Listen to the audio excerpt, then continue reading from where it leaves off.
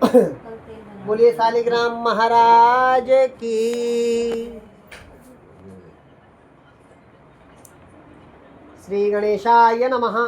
मुनिश्रेष्ठ तथा विद्याभूषण श्री व्यास जी श्रोता गणों से कहते हैं कि एक समय नैमिषारण्य में शौनक इत्यादि 88 सहस्र ऋषि वृंद एकत्र होकर परस्पर विचार कर रहे थे कि कलयुग आ रहा है। इस युग में प्राणियों को महान दुख प्राप्त होगा, अतः इस दुख से लोगों को बचाने के लिए क्या उपाय करना चाहिए। उसी समय व्यास जी के परम शिष्य पौराणिक सूत जी अपने शिष्यों के सहित उस स्थान पर पधारे। सूत जी को देखकर ऋषि लोग खड़े हो गए और श्रद्धा पूर्वक उठकर साष्टांग दंडवत किया। इस अवसर पर कवि की ये उक्तियां कितनी सुंदर और उचित हैं। से उठाएगा कपड़ा रख लीजिए। श्री गणेशाय नमः। अतिथि देखी उठ के मिले भरी उर अगम सुप्रेम, चंचल साधु प्रवीण का यह शुक्रम मरुनेम। आवत ही हर से नहीं नयनन नहीं सने, तुलसी तहाँ न जाइए कंचन बरसे में। याते कहत पुकारी के सकल सुनहु दय कान, हेम दान गज दान ते बड़ो दान सम्मान। साधु साधु को देख कर खिल उठता जो फूल, वह उठती है नेह की चंचल सरल दुकूल। दलन मोहतम सो सुप्रकाशो, बड़े भाग्य उर आवहि जासु। उगरहि विमल विलोचन हिय के, मिटहि दोष दुख भव रजनी के। तत्पश्चात ऋषियों ने श्री सूत जी को उत्तम व पवित्र आसन देकर यथोचित पूजन किया और सूत जी से बोले, हे भगवान, इस समय आपका आना बहुत ही उत्तम है। इस अवसर पर आपका शुभागमन ठीक उसी प्रकार है यथा राम विरह सागर महा भरत मगन मन होत। विप्र रूप धरि पवन सुत आए गयो जिमि पोत। अर्थात हम लोग शोक सागर में डूबे रहते, आपने नौका सदृश से हम लोगों का उद्धार करने के लिए तदार्पण किया। यह प्रसन्न वक्ता का विषय है। हे प्रभु, कराल कलयुग निकट आ रहा है, धर्म की किस प्रकार रक्षा होगी, इस चिंता से हम सब दुखी हैं। इस कलयुग में इस प्रकार के मनुष्य होंगे, सुनिए। किस प्रकार के मनुष्य होंगे, सुनिए। भगवंत कथा ना रुचेगी जिन्हें, नहीं शास्त्र की बात पे ध्यान धरेंगे। पढ़ के अंग्रेजी कहाएंगे, साहब होटल में मदपान करेंगे। करी खंडन तीर्थ मंदिर का, नहीं पुण्य कथा अरुदान करेंगे। कभी चंचलती पराई, चाहे घर की धरनी का न मान करेंगे। अबला तन देखी जवान सभी, निज माता पिता को नहीं चाहेंगे। सब झूठे है पूजा विद्वान, यो मंत्र परस्पर सब यह बात कहेंगे। जन भांग धतूर अफीम नशा में निरंतर वे बिन होश रहेंगे। बिगड़े फिरेंगे बिन पंथ के और बिन घाट के चंचल जू बहेंगे। अर्थात भगवान को कोई मानेगा नहीं, घोर कलयुग आ गया है। कहेंगे हम ही हैं जो है, होटल में जाएंगे, जरा सी अंग्रेजी पढ़ ली और ब्राह्मण का सम्मान, अतिथियों का सम्मान करना भूल जाएंगे, अपने से बड़ों का सम्मान करना भूल जाएंगे और भांग धतूर जो जो नशे की चीजें हैं उनका मदपान करने लगेंगे। और कोई समझाएगा तो कहेंगे आप गलत हैं, हम सही हैं। अतः हे भगवान, व्रत अथवा तप करके जिस प्रकार वांछित फल प्राप्त हो, वह कृपा करके कहिए, ऐसी हम लोगों की इच्छा है। बंदों पर धर धरण सिर, विनय करो कर जोरी। वर्णो रघुबर विमल यस, श्रुति सिद्धांत निचोरी। अति आरत पूछो मुनि राया, रघुपति कथा कहूँ करी दाया। सौनकादिक ऋषियों की प्रार्थना पर सूत जी बोले, ऋषिगण आप धन्य हैं, आप जैसे मनुष्य ही सत्य पुरुष कहे जाने के योग्य हैं, जो कि परोपकार के लिए चिंता करते हैं और दुष्टों से कष्ट पाने पर वे उनको सुख ही देते हैं। गोस्वामी तुलसीदास जी ने ठीक ही कहा है, तुलसी संत सुअम्बुसम फूली फल ही पर हेत। इतते ए पाहन हनत उतते वे फल देत। साधु चरित शुभ सरिस कपासु, निरस विशद गुण मैं फल जासु। जेहि सही दुख पर छिद्र दुरावा, बंदनीय जेहि जग यस पावा। भले भलाई पे लहे लहे निचाई नीचू, सुधा सराही अमरता गरल सराही मीचू। हे परोपकारी सौनकादिक ऋषियों, इस प्रकार लक्ष्मीपति विष्णु भगवान से एक बार नारद मुनि ने भी पूछा था।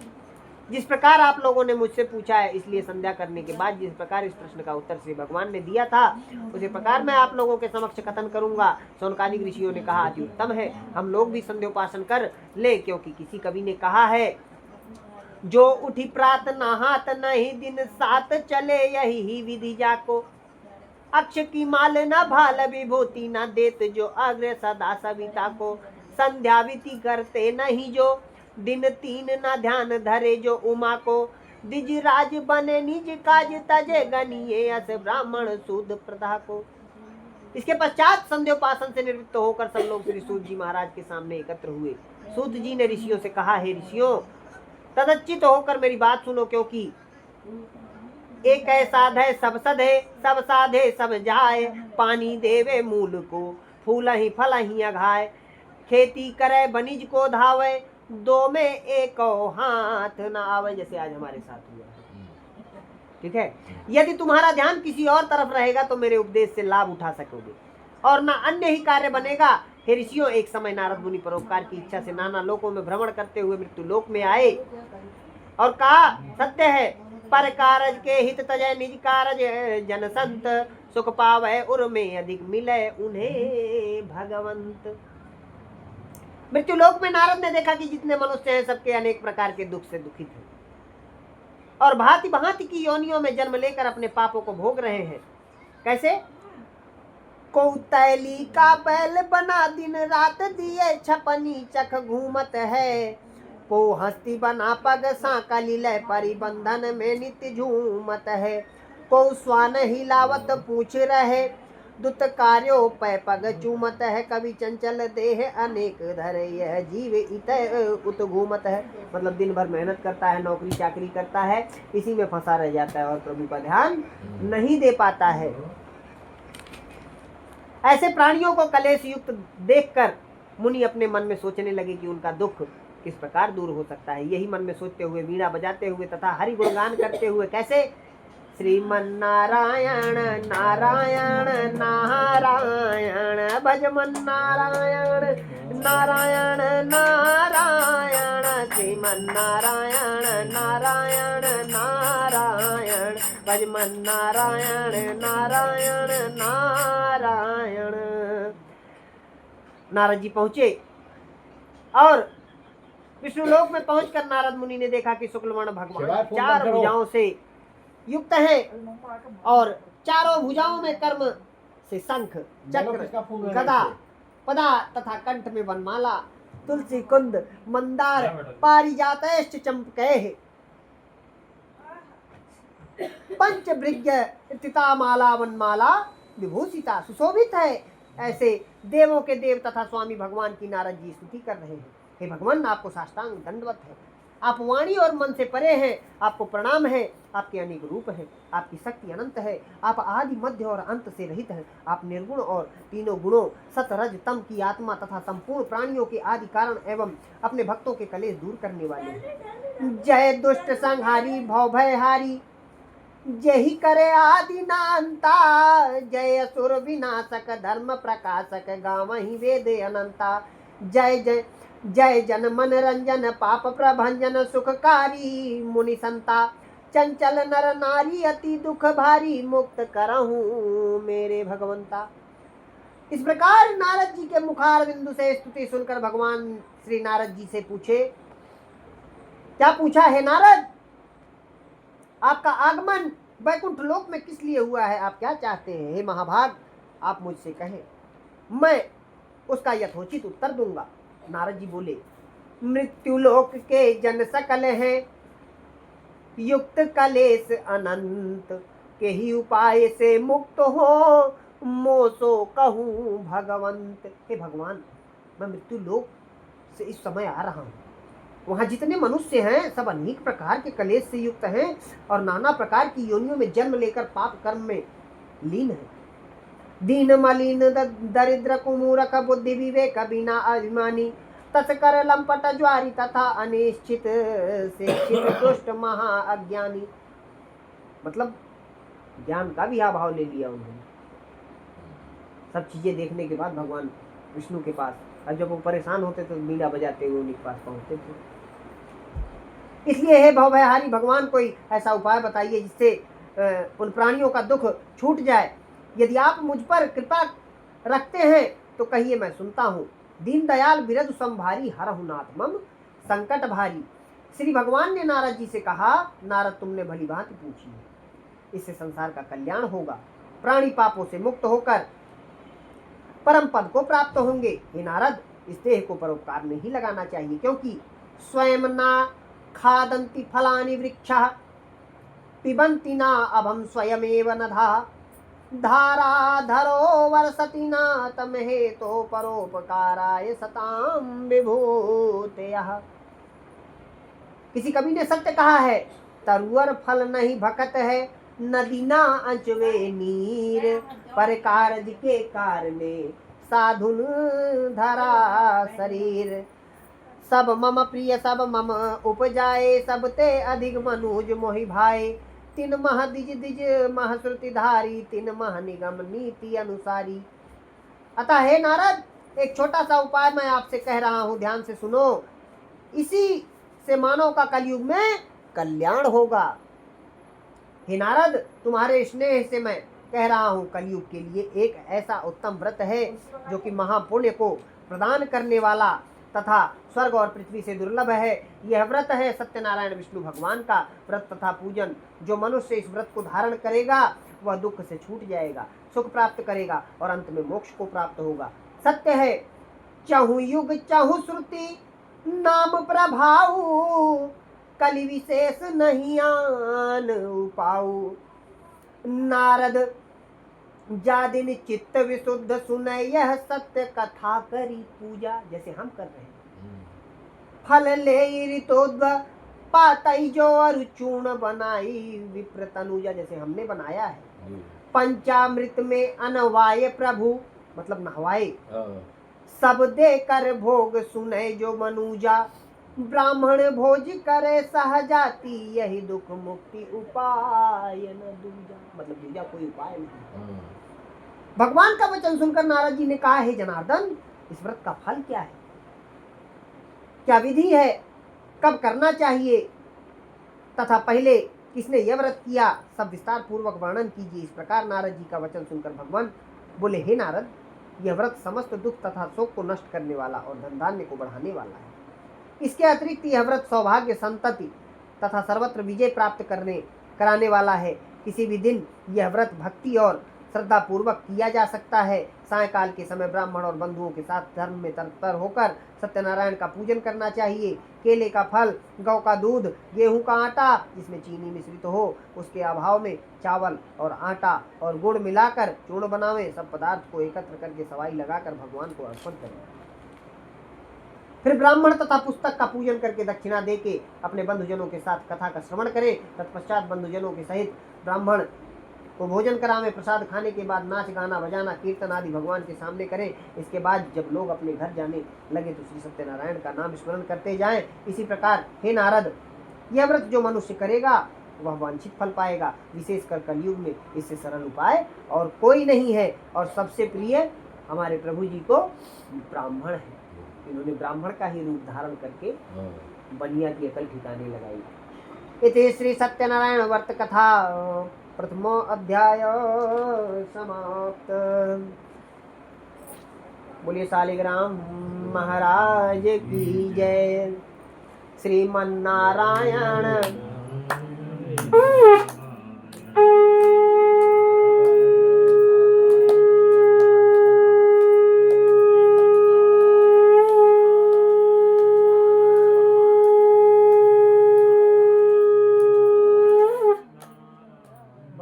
नारायण नारायण नारायण श्रीमन्नारायण नारायण नारायण भजमन नारायण नारायण नारायण लक्ष्मी नारायण नारायण नारायण गोविंद बोलो हरि गोपाल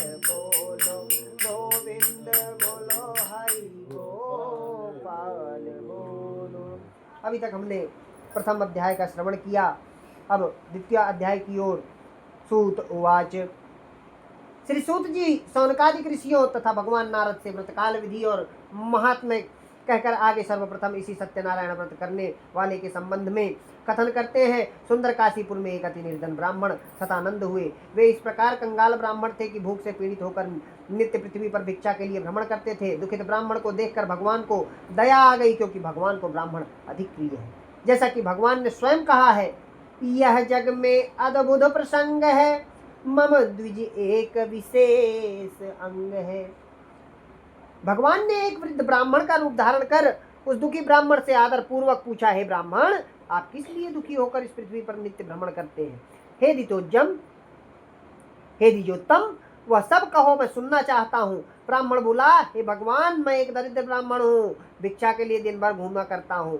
नहीं क्षुधा सम दुख को, नहीं सुख मान समान, नहीं क्रोध सम शत्रु है जग में और महान।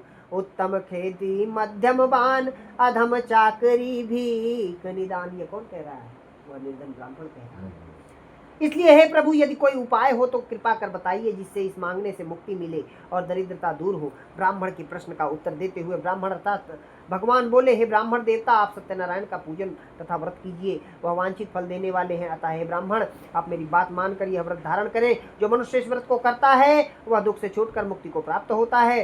वृद्ध ब्राह्मण रूपी भगवान अंत में व्रत का विधान बताकर अंतर्ध्यान हो गए। ब्राह्मण देवता अपने मन में सोचने लगे कि वृद्ध ब्राह्मण ने तो बहुत विधि बतलाया है, वह मैं किस प्रकार कर सकूंगा, क्योंकि दिन भर भिक्षा मांगने पर भी कुटुंब का पेट नहीं भरता। इस चिंता में निमग्न रात भर ब्राह्मण को नींद नहीं आई। परेशान हो गया, कैसे इंतजाम होगा। प्रातः काल उठकर शौचादि क्रिया से निवृत्त होकर उसने मन में यह संकल्प किया कि आज के दिन जो कुछ भिक्षा मिलेगी उसी से श्री सत्यनारायण भगवान का पूजन करूंगा, व्रत करूंगा। यह संकल्प मन में करके ब्राह्मण भिक्षा के लिए घर से बाहर निकला। उसी दिन भगवान की उस पर ऐसी कृपा हुई कि उसे बहुत सा धन प्राप्त हुआ। किसी कवि ने सच ही कहा है, जा पर कृपा राम की होई, ता पर दया करे सब कोई, तथा राम भय जहि दाहिने, सब ही दाहिने ताहि।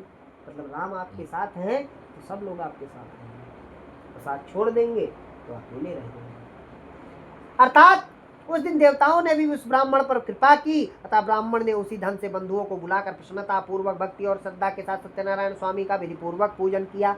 पूजन और व्रत के प्रभाव से ब्राह्मण सब दुखों से मुक्त हो गया और समस्त संपत्ति से पूर्ण हो गया।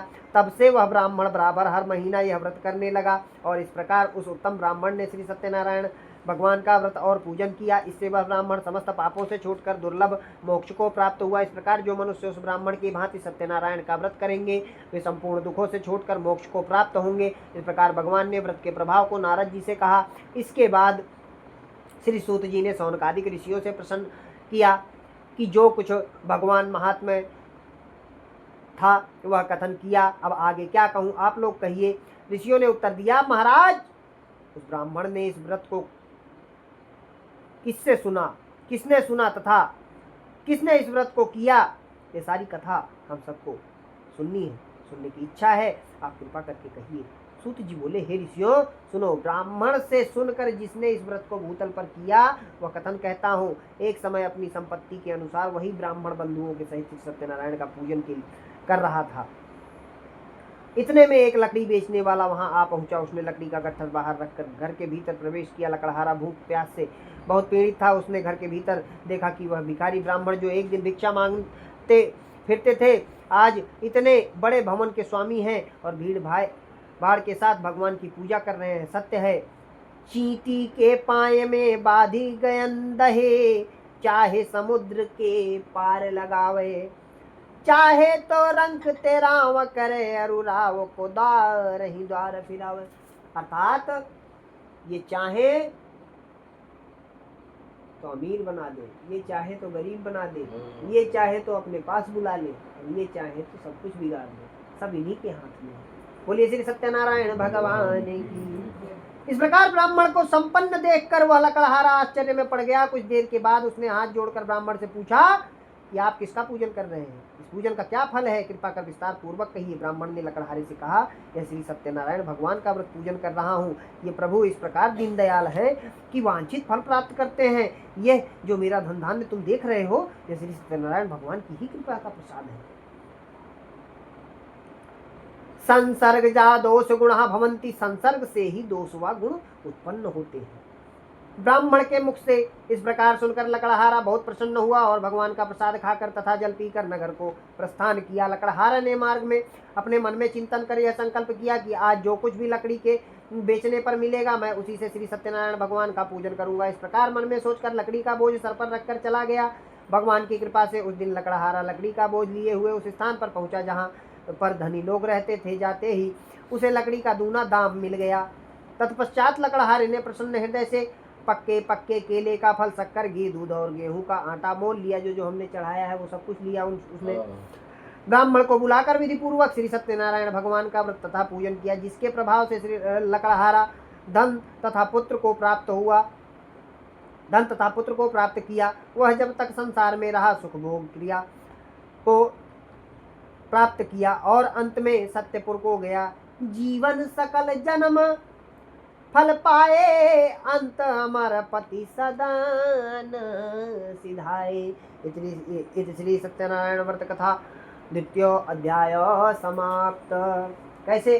गोविंद बोलो, हरि गोपाल बोलो।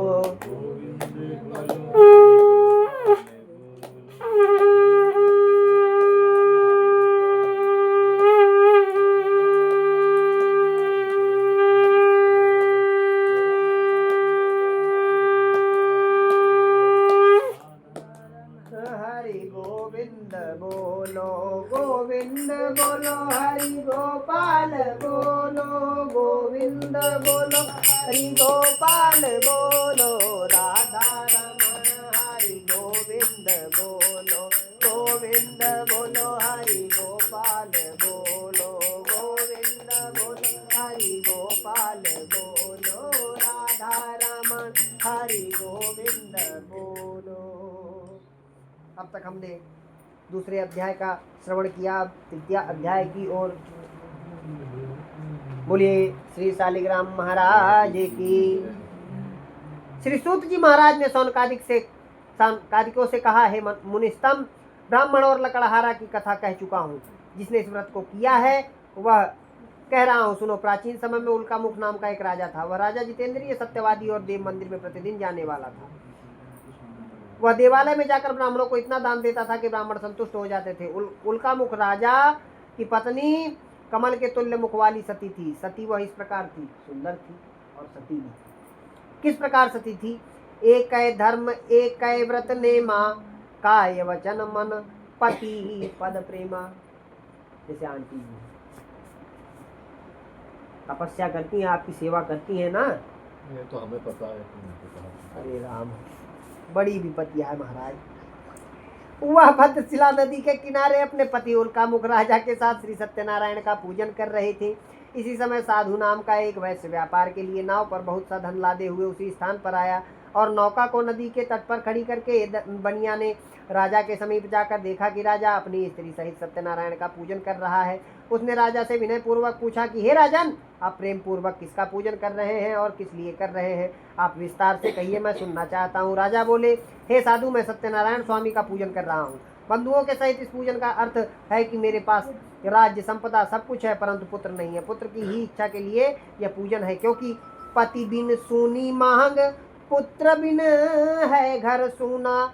दो मुक्ति के मार्ग, दो बिन है दुख दूना। इसलिए साधु, भगवान का व्रत ही इस दुख का निवारण है, इस दुख से मुक्त कर सकता है। इस व्रत के परताप से वंशहीन सुत पाए, निर्धन धन पावे तथा रंग राव हो जाए। बोली श्री सत्यनारायण भगवान की।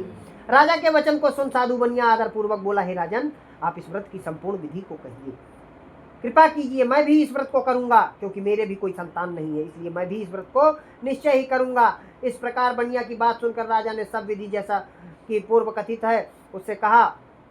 साधु वैश्य राजा से सब विधि सुनकर व्यापार से निवृत्त हो आनंद पूर्वक अपने घर आया। साधु ने घर पर आकर अपनी पुत्र देने वाला एक व्रत मैं उल्कामुख राजा के मुख से सुनकर आया हूँ, वह व्रत मैं अवश्य करूंगा। साधु की भार्या लीलावती अपने पति के वचन सुनकर बोली, हे नाथ, यह तो उत्तम विचार है, क्योंकि ना विद्या समो बंधुर्न चा व्याधि समो रिपुः ना चापत्य समास्नेही ना चा धर्मो दया परः। हे स्वामी, कल प्रातः काल ही यह व्रत किया जाएगा। बनिया बोला, अभी व्यर्थ में क्यों धन नष्ट करूं, जब संतान होगी तब पूजन किया जाएगा। लेकिन आंटी जी साथ दी है तो नहीं, व्रत करना है, आप गलत कह रहे हैं। हाँ, पॉसिबिलिटी इन्हीं से हुई है, अगर मना कर दी होती तो गड़बड़ हो जाता सब मामले। इसके बाद स्त्री ने प्रश्न किया, क्या पुत्र से बढ़कर यह धन मूल्यवान है? बनिया ने उत्तर दिया, टका धर्म टका कर्मः, टका धर्मः टका कर्मः टका ही परमं तपः, यस्य गेहे टका नास्ति हा टका टकायते। टका समझे? हाँ, सत्य है, कंजूस की चमड़ी चली जाए पर दमड़ी ना जाने पाए। बनिया का इस प्रकार उत्तर सुनकर स्त्री लीलावती चुप हो गई और अतियुक्त प्रसन्न चित्त वाली लीलावती भगवान के प्रसाद से गर्भवती हुई। 10 मास पश्चात इसके एक कन्या उत्पन्न हुई। कन्या रत्न सदृश थी। वह दिन दिन इस प्रकार बढ़ने लगी जैसे शुक्ल पक्ष का चंद्रमा बढ़ता है। नित्य प्रतिकला के बढ़ने से उसका नाम कलावती रखा गया। उसके बाद लीलावती अपने पति से मधुर वचन बोली, हे स्वामी, आपने संकल्प किया था कि संतान होने पर श्री सत्यनारायण का पूजन करूंगा, क्या वह ना करोगे? क्योंकि कबीरदास जी ने कहा है कि काली करे सो आज करे सो अब, पल में परलय होए गो, बहुरी करोगे कब। साधु ने कहा, है प्रिय, इस कन्या की बरही छठी इत्यादि बहुत धन खर्च हो चुका है, इसलिए कन्या के विवाह के समय यह व्रत करूंगा। इस प्रकार अपनी स्त्री से कहकर साधु वैश्य नगर में घूमने चला गया। भगवान की कृपा से कलावती कला बढ़ती हुई अल्प काल में ही पिता के घर में सयानी हो गई। एक दिन साधु ने अपने सहेलियों के साथ घूमती हुई नगर में कलावती कन्या को देखा और मन में विचार किया कि कन्या विवाह के योग्य हो गई है। अतः दूतों को बुलाकर कहा, मेरी कन्या के लिए सुंदर श्रेष्ठ और वर खोज कर ले आओ। साधु वैश्य की आज्ञा पाकर दूत लोग कांचन नगर को गए। उस नगर में दूतों ने एक वैश्य पुत्र को देखा जो सुंदर और शुभ गुणों से युक्त था। वह लड़का जाति का कुलीन था। उसे लाकर दूत लोग बोले, क्या बोले? हे स्वामी, यह बालक शिक्षित और सुंदर और सुशील निरोगित भी यह वैश्य कुमार है। वंश कुलीन तथा धनवान है, अनेक सुशास्त्रन पर अधिकार है, जाति में मान महान है, शक्ति में और पिता का बड़ा व्यापार है। वह यो दुर्लभ दर है या यो दुर्लभ वर है, जग में कभी चंचल का यह सत्य विचार है। दूतों के मुख से यह वचन सुन साधु बनिया ने अपनी कन्या का विवाह विधि विधान से उस वैश्य पुत्र के साथ कर दिया। कन्या के विवाह के समय भी दुर्भाग्यवश बनिया सत्यनारायण का उत्तम व्रत करना भूल गया। भगवान उसकी इस नीचता पर बहुत रुष्ट हुए। व्यापार में कुशल साधु बनिया ने विवाह करने के बाद ही निश्चय किया कि व्यापार के लिए अब कहीं चलना चाहिए। अतः दामाद को साथ लेकर वह व्यापार के लिए घर से निकला और रत्नसार नगरपुर में पहुंचकर सागर के समीप नौका खड़ी कर दामाद के साथ व्यापार करने चला। रत्नसारपुर नगर के स्वामी चंद्रकेतु राजा थे। उस समय सत्यनारायण प्रभु ने प्रतिज्ञा भ्रष्ट साधु बनिया को शाप दिया कि हे बनिया, तुमको भविष्य में कठिन तथा महान दुख प्राप्त हो। यह लोभ का फल है। लोभाविष्टो नरो वित्तम वीक्षिते नैव चापदम दुग्धम पश्यति मर्जारो यथा न लगुणाहतिम। लोभी पर सब रुष्ट हो देव पितृ भगवान, पता है यमलोक में वह ना कभी सम्मान, कभी यमलोक में वो सम्मान नहीं पाता है। वह ना कभी सम्मान सुनो कंजूस अयानो, दुख लही के यही लोक नरक को करे पयानो। चंचल भूतल भार कृपण मानो है, जो भी निश्चय रौरव नरक अंत में पावे लोभी। लोभ क्रोध का जनक अरु, लोभ धर्म का सूल, लोभ झूठ कारण सदा, लोभ पाप का मूल। सत्यनारायण स्वामी ने बनिया को श्राप देकर यह उपाय किया कि एक दिन 2 चोर राजा का बहुत सा धन चुरा कर भागे जा रहे थे। यहाँ पर साधु बनिया अपने दामाद के साथ सोया हुआ था, वहां पहुंच गए। चोरों के पीछे राजा के सिपाही भी लगे थे। सिपाहियों को देखकर चोर डर के कारण धन बनिया के पास रखकर तुरंत रफू चक्कर हो गए।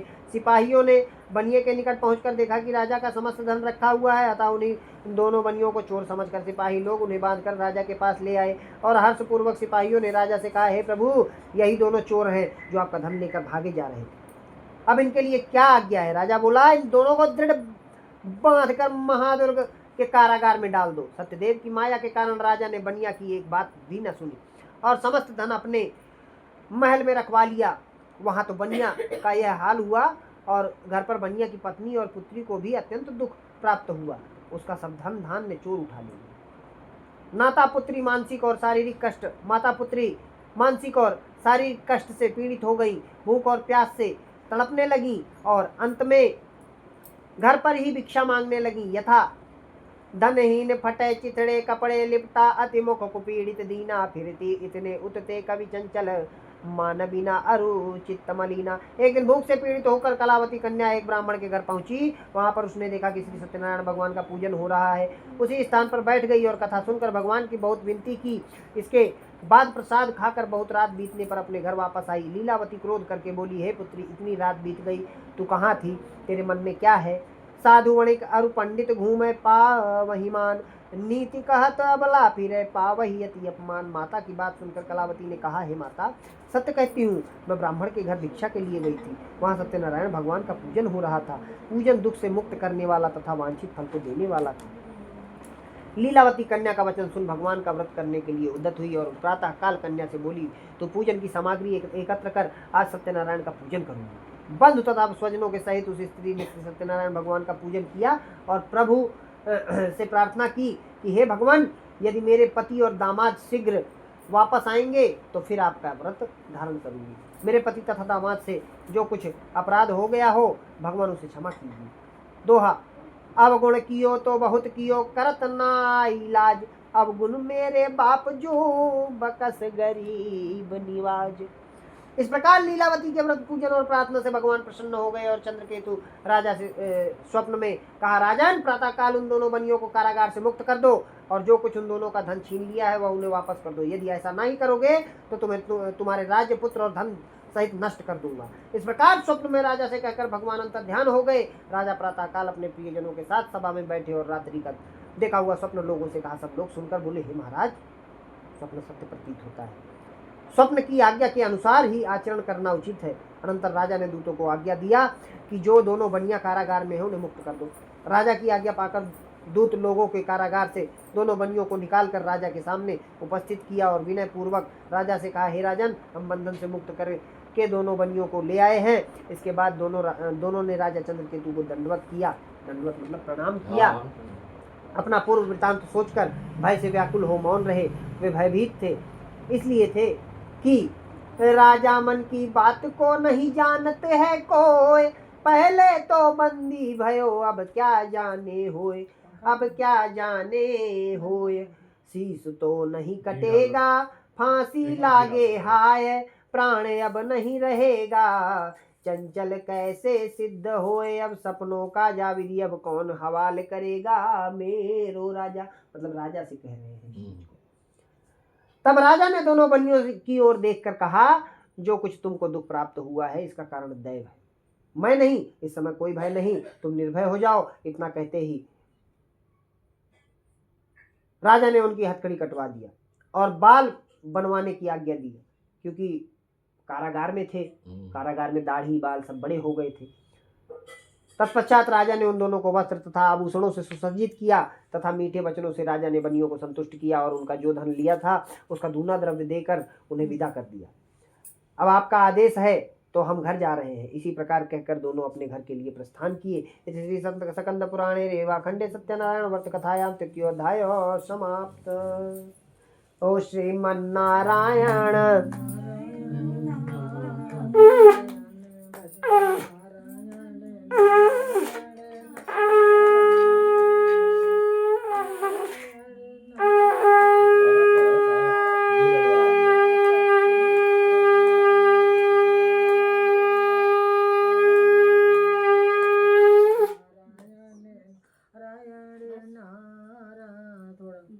भजमन नारायण नारायण नारायण, श्रीमन नारायण नारायण नारायण, भजमन नारायण नारायण नारायण, लक्ष्मी नारायण नारायण नारायण, श्रीमन नारायण नारायण। की जय। इस तरह हमने तीनों अध्यायों का श्रवण किया। अब चौथे अध्याय की ओर। सूत उवाच, सूत जी शौनकादिक ऋषियों से कहते हैं कि हे ऋषियों, साधु बनिया यात्रा से पूर्व मंगल्यकृत करके ब्राह्मणों को धन देकर अपने रत्नपुर नामक नगर को चला। जब बनिया कुछ मार्ग चला तो भगवान ने मन में सोचा कि परीक्षा लेकर देखता हूँ। वहां भी परीक्षा लेने पहुंचे। इस बनिया का हृदय शुद्ध हुआ है या नहीं। अतः दंडी स्वामी का रूप धारण करके साधु बनिया से प्रश्न किए, हे साधु, तुम्हारी नौका में क्या वर्तमान है, क्या है? धन के मद में चूर हुए बनिए ने उत्तर दिया, हे दंडी, तुम क्यों पूछते हो? क्या तुम्हारी इच्छा द्रव्य लेने की है? पैसा चाहते हो तुम तो यह कहावत चरितार्थ कर रहे हो कि मांगे भीख और पूछे गांव की जमा। मेरी नाव में कुछ भी हो तुमसे मतलब, मैं तो बनिया हूँ। मेरी नाव में इसके सिवा और हो ही क्या सकता है। सुनो, हरण बहेड़ा बड़गोलरवान सपाती वक्ष नाग बबूरी भिड़ंग तेज पारा है। मुस्की मुलेठी माघी मिर्च मजूम फल केसर कपूर काजू कासनी छुहारा है। पीपर पित्त परासवंद पिपरा मूल आंवला अजवाइन और आलू बुखारा है। चंचल चिरौंजी चोवा चंदन सुचारू चीनी इलायची लवंग लोहबान सोडा खारा है। तेज पात धनिया सौंफ जीरा काली मिर्च और हींग हल्दी आदि गरम मसाला है। सालिम सुपारी सुरती सहर बनारस की कत्था कानपुर श्वेत कटनी का काला है। जवाखार जहरमार जावित्री जाफरान सिंधिया सोहागा सौंठ मिलता से आला है। शहद सफेदा सीप सांभर नमक सेंधा गरी केर गोला बड़ा कलकत्ता वाला है। बोलिए श्री सत्यनारायण भगवान जी। अब बनिए ने बताया जो सत्यनारायण भगवान जी कहे ठीक है, ये दंडी मेरी नौका में ये है, नमक मसाला लता पत्री वर्तमान है। इस प्रकार बनिया का निष्ठुर वचन सुनकर दंडी महाराज कहे, तुम्हारा वचन सत्य हो। और दंडी महाराज इस तरह कह के उस स्थान से चलकर सिंधु के समीप ही एक ही जगह पे बैठ गए। उनके जाने के बाद बनिया ने अपना नित्य क्रम किया। तत्पश्चात उसने नौका की ओर देखा। नौका जल के ऊपर, पहले धन था भाई, अब जो माया रचे हम पट्ट से नाव ऊपर आ गई। वह विस्मय में पड़ गया, परेशान हो गया। जब उसने नौका पर चढ़कर देखा तो नौका में जवाहिरात की जगह लता पत्र मिले। बनिया मूर्छित होकर पृथ्वी पर गिर पड़ा और होश आने पर वह अत्यंत चिंतित हुआ। साधु बनिया के दामाद ने साधु बनिया से कहा, शोक तथा चिंता क्यों करते हो? यह श्रेष्ठ प्रज्ञों का वचन है। गतम ना सोचामि कृतम ना मन्ये गत शोको ना कर्तव्यो भविष्यम नैव चिंत्येत वर्तमानेषु कार्येषु व्रतेयन्ति वीक्षणाः। चिंता चीता से कहती है कि मैं तुमसे बड़ी हूँ, तुम मुर्दे को जलाती है, मैं जीते को जलाती हूँ। हे पिता, आपको उन्हीं दंडी का शाप है, व्यर्थ में चिंता ना करें। माल पुनः मिल जाएगा, है दंडी का साप, उनसे जा मांगहु क्षमा विनय पूर्वक आप। प्रणतपाल रघुनायक करुणा सिंधु खरारी, गए शरण प्रभु राखिए सब अपराध बिसारी। मोह मूल बहुसूल प्रद त्यागहु तम अभिमान, भजहु राम रघुनायक कृपा सिंधु। भगवान श्री गीता जी में भगवान ने स्वयं कहा है, मम उपासना जो पुरुष करते नित्य मेरा ध्यान धर, मैं तृप्त करता हूँ उन्हें शुभ योग क्षेम प्रदान कर। बोलिए श्री सत्यनारायण भगवान की, दंडी वेशधारी की। इस प्रकार दामाद की बात सुनकर साधु बनिया दंडी स्वामी के पास गया और भक्ति पूर्वक दंडवत किया तथा उनसे आदर पूर्वक बोला, हे प्रभु, मैंने आपके समीप जो झूठ बोलने का अपराध किया है उसे क्षमा कीजिए, क्योंकि मैं अपराधी जन्म का नख सिख भरा विकार, तुम दाता दुख भंजना मेरी करो बार। इस प्रकार साधु बनिया बार बार कहकर दंडवत किया तथा महाशोक में विहल हो गया। साधु को अत्यंत विलाप करते हुए देखकर दंडी स्वामी ने कहा, हे साधु, रो मत, तुमने पूजा करने का वादा किया था किंतु अभी तक नहीं किया, इसलिए हे मूर्ख, मेरी ही आज्ञा से बार बार तुझको दुख प्राप्त हुआ है। दंडी स्वामी का कथन सुनकर साधु बनिया स्तुति करता है, नारद ते सुख व्यास रटै मुनि स्वामी तऊ को पार पावे, जाहि अनादि अनंत अभेद सुवेद अक्षेद निरंतर गावे। निर्गुण पे गुणधारी प्रभु जग में नित्य आकर खेल रचावे। मूर्ख तथा अनजान अहो हम जानी कहाँ तुमरो गुण पावे। हे भगवान, आपकी माया से ब्रह्मा इत्यादि देवता भी मोहित है, क्योंकि विष्णु भगवान चट से रूप बदल लेते हैं, कभी मोहिनी, कभी दंडी वेशधारी। और जितने भी संहार किए हैं किसने किए हैं? भगवान विष्णु ने ही रूप धारण किए हैं, उन्होंने ही किए हैं, उन्हीं का नाम आ गया। और अब कल की भी होने वाला है, कब हो जाए कोई पता नहीं है। मैं तो मूर्ख हूँ, इसलिए मैं आपको कैसे जान सकता हूँ, मैं माया में लीन हूँ। अब मेरा अपराध क्षमा कीजिए प्रभु, मैं अपने वैभव के अनुसार पूजन करूंगा। मैं आपकी शरण आया हूँ, अतः मेरा पूर्व धन मुझे देकर मेरी रक्षा कीजिए प्रभु। इस प्रकार साधु की भक्ति युक्त वाक्य सुनकर दंडी स्वामी प्रसन्न हुए और साधु बनिया से बोले, धन का घमंड प्यारे मन से तू दूर करो, दौलत खजाना सब यहीं रह जाना है। अल्पकाल जीवन में राम पर ध्यान धरो, आए जहां से वहीं पे फिर जाना है। झगड़े और लड़ाई का कुछ भी है काम नहीं, काहे को किसी से वैर तुमको बढ़ाना है। लाखन में एक बात तुमको बता रहा हूँ, काहू तो सताओ मत, अंत में मरी जाना है। नर काम क्रोध तथा प्रलोभन से सदैव जो मुक्त है, वह प्राप्त करता है मुझे शुभ आचरण से युक्त है। बोलिए दंडी वेशधारी, बोलिए शालिग्राम महाराज की। ऐसा कहकर दंडी स्वामी ने बनिया को वर दिया कि तुम्हारा मनोरथ सिद्ध हो, अर्थात तुम्हारा द्रव्य तुम्हें वापस मिल जाए। इसी प्रकार वांछित फल देकर दंडी स्वरूप भगवान वहीं से अदृश्य हो गए। इसके बाद साधु ने जब आकर नौका देखा तो द्रव्य से परिपूर्ण पाया। बनिया ने लोगों से कहा, सत्यदेव भगवान की कृपा से मुझे वांछित फल प्राप्त हुआ है। तत्पश्चात वह बनिया स्वजनों सहित उसी स्थान पर श्रद्धा पूर्वक भगवान का पूजन करके उनकी कृपा से घर के लिए प्रस्थान को उद्यत हुआ और हर्षपूर्वक सत्यदेव के प्रसाद से नाव की सब चीजें संभाल कर दामाद और नौकरों को साथ लेकर उद्यत हुआ और हर्षपूर्वक सत्यदेव के प्रसाद से नाव की सभी चीजें संभाल कर दामाद और नौकरों को साथ लेकर साधु बनिया स्वदेश को रवाना हुआ। कुछ समय बाद वह अपने नगर के समीप पहुंचा तो दामाद से बोला, वह देखो अपना रतनपुर नगर दिखाई पड़ रहा है। इस प्रकार कहकर उसने अपने द्रव्य की रक्षा करने वाले दूत को अपने घर भेजा। धीमा कर दिए हैं क्या? जब दूत नगर में पहुंचा तो साधु की स्त्री को देखकर हाथ जोड़कर प्रिय वचन बोला, आपके पति और दामाद सब लोगों के साथ बहुत सा धन लेकर नगर के समीप आ गए हैं। दूत के मुख से यह वचन सुनकर उस पतिव्रता पत्नी ने प्रसन्न होकर उसी समय अपनी कन्या से कहा, तुम सत्यनारायण भगवान का पूजन करो, मैं शीघ्र पति का दर्शन करके आती हूँ। ऐसा कहकर वह पति का दर्शन करने चली गई और कलावती ने अपने माता की इस तरह की बात सुनकर शीघ्र सत्यदेव का पूजन समाप्त किया और भगवान का प्रसाद बिना ग्रहण किए ही वहां से रफू चक्कर हो गई। इससे भगवान ने रुष्ट होकर उसके पति की नाव को द्रव्य सहित जल में डुबो दिया। इसलिए कलावती कन्या अपने पति को देख न सकी और महाशोक में रुदन करती हुई भूमि पर गिर पड़ी तथा कहने लगी, हे विधना तोर काह बिगारा, जो अस आयु में दुख डारा। बिन पति कर मोर कहाँ ठिकाना, यही ते तो अच्छा मरी जाना। इस तरह नौका को डूबी हुई और अपनी कन्या को अत्यंत दुखी देख साधु बनिया मन में भयभीत होकर सोचने लगा कि महान आश्चर्य है, तथा नाव खेले वाले मल्लाह भी परम चिंता से युक्त हो गए। इसके बाद लीलावती कन्या को विलाप करती देख कर पति से बोली, हे स्वामी, देखते ही देखते नौका कैसे लुप्त हो गई।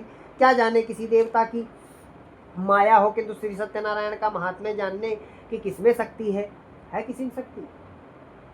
कहीं उनके क्रोध से तो ऐसा ना हुआ हो।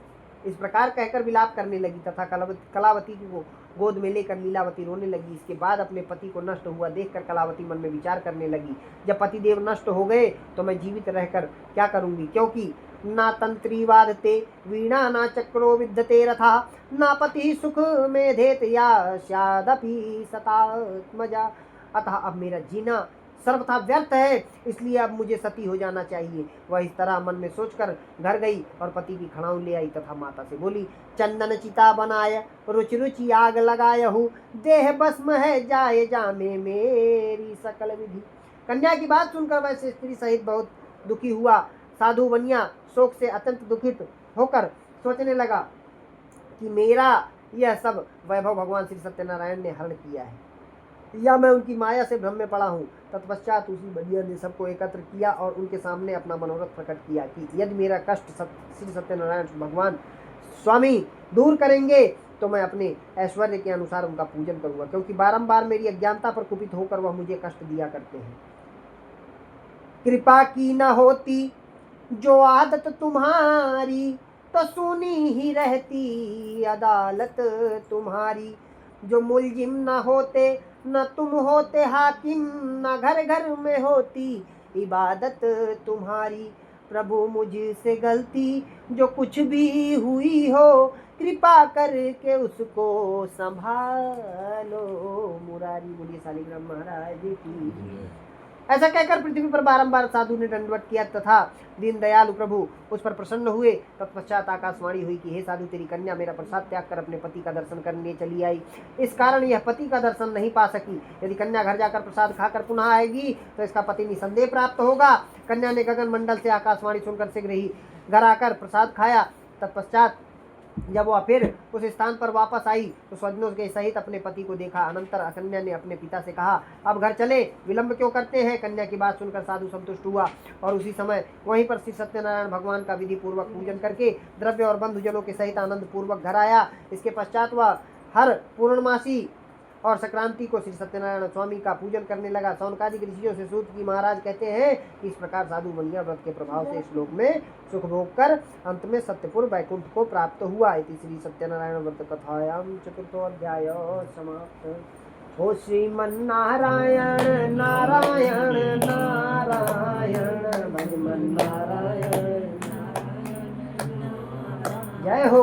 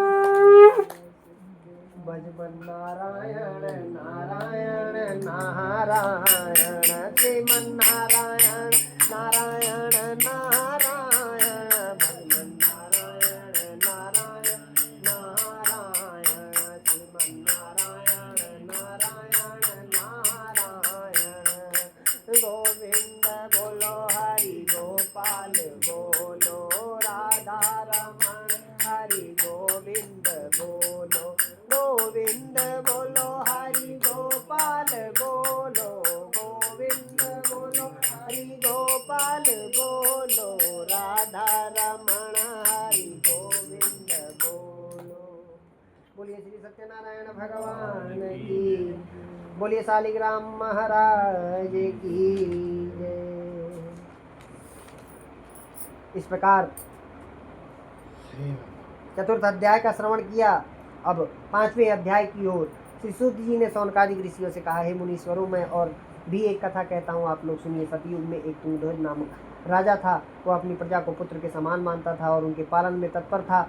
नीति निपुण चाहिए नृपति पालक, प्रजा महान देश शत्रु के सामने करे न ध्यान कृपान। इस प्रकार का प्रजा पालक राजा भी सत्यदेव के प्रसाद त्याग देने के कारण महादुख को प्राप्त हुआ। एक बार वह राजा वन में आखेट के लिए गया और बहुत प्रकार के बनेले पशुओं का संहार किया। इसके बाद वह घर की ओर प्रस्थान किया। मार्ग में एक स्थान पर वटवृक्ष के नीचे राजा ने देखा कि बहुत से ग्वाले बंधु बंधुओं सहित श्रद्धापूर्वक श्री सत्यनारायण स्वामी का पूजन कर रहे हैं। इस प्रकार देख राजा अभिमानवश ना तो उस स्थान पर गया और ना सत्यदेव प्रभु के सामने मस्तक ही झुकाया। तत्पश्चात गोप लोगों ने पूजन समाप्त करने पर श्री सत्यनारायण भगवान का प्रसाद राजा के समीप लाकर रखा तथा वह अपने स्थान पर आकर इच्छा अनुसार प्रसाद ग्रहण किए और राजा उस प्रसाद को त्याग कर चला गया। तब राजा को उस प्रसाद को त्याग देने से अत्यंत दुख प्राप्त हुआ। उसके 100 पुत्र मृत्यु को प्राप्त हुए और उसका धन धान्य नष्ट हो गया। तब राजा ने अपने मन में सोचा, श्री सत्यनारायण प्रभु के प्रसाद त्यागने से ही मेरी यह दशा हुई है। यह निश्चित है, क्योंकि प्रभु में इतनी शक्ति है कि रंकम करोति राजानम राजानम रंकमेव च, धनिनम निर्धनम चैव निर्धनम धनिनम तथा। इस प्रकार सोचकर राजा शीघ्र ही उसी स्थान पर गया जहाँ पर गोप श्री सत्यनारायण स्वामी का पूजन कर रहे थे। तत्पश्चात राजा ने भक्ति तथा श्रद्धापूर्वक तथा विधि सहित गोप लोगों के साथ सत्यदेव का पूजन किया तथा भगवान श्री सत्यनारायण की पूजा कृपा से राजा को पुत्र तथा धन धान्य पुनः प्राप्त हो गया और वह संसार से सुख भोग कर अंत में वैकुंठ लोक प्राप्त हुआ है।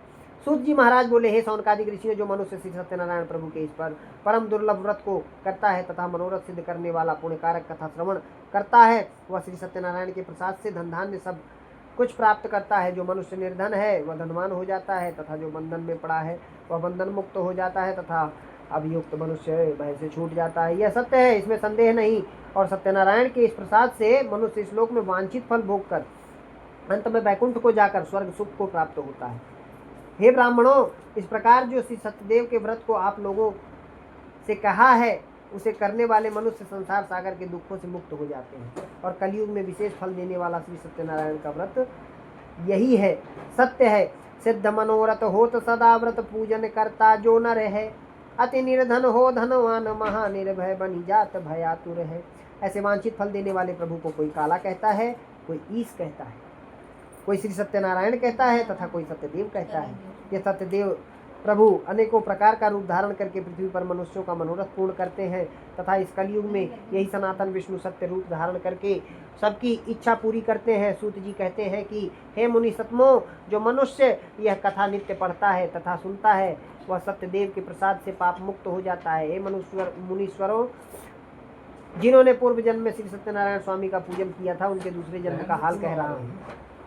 सुनो, सतानंद जो महान विद्वान थे दूसरे जन्म में सुदामा नाम के ब्राह्मण हुए और भगवान कृष्ण जी की भक्ति करके मोक्ष को प्राप्त हुए। बिल्ल लकड़हारा दूसरे जन्म में निषाद हुआ और श्री रामचंद्र जी को गंगा पार उतार कर स्वयं उनकी कृपा से भवसागर से पार हो गया अर्थात वैकुंठ धाम को प्राप्त किया।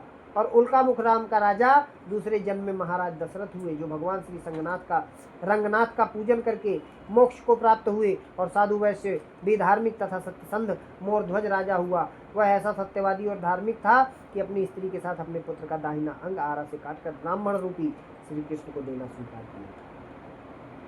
बोलिए श्री सत्यनारायण भगवान की जय।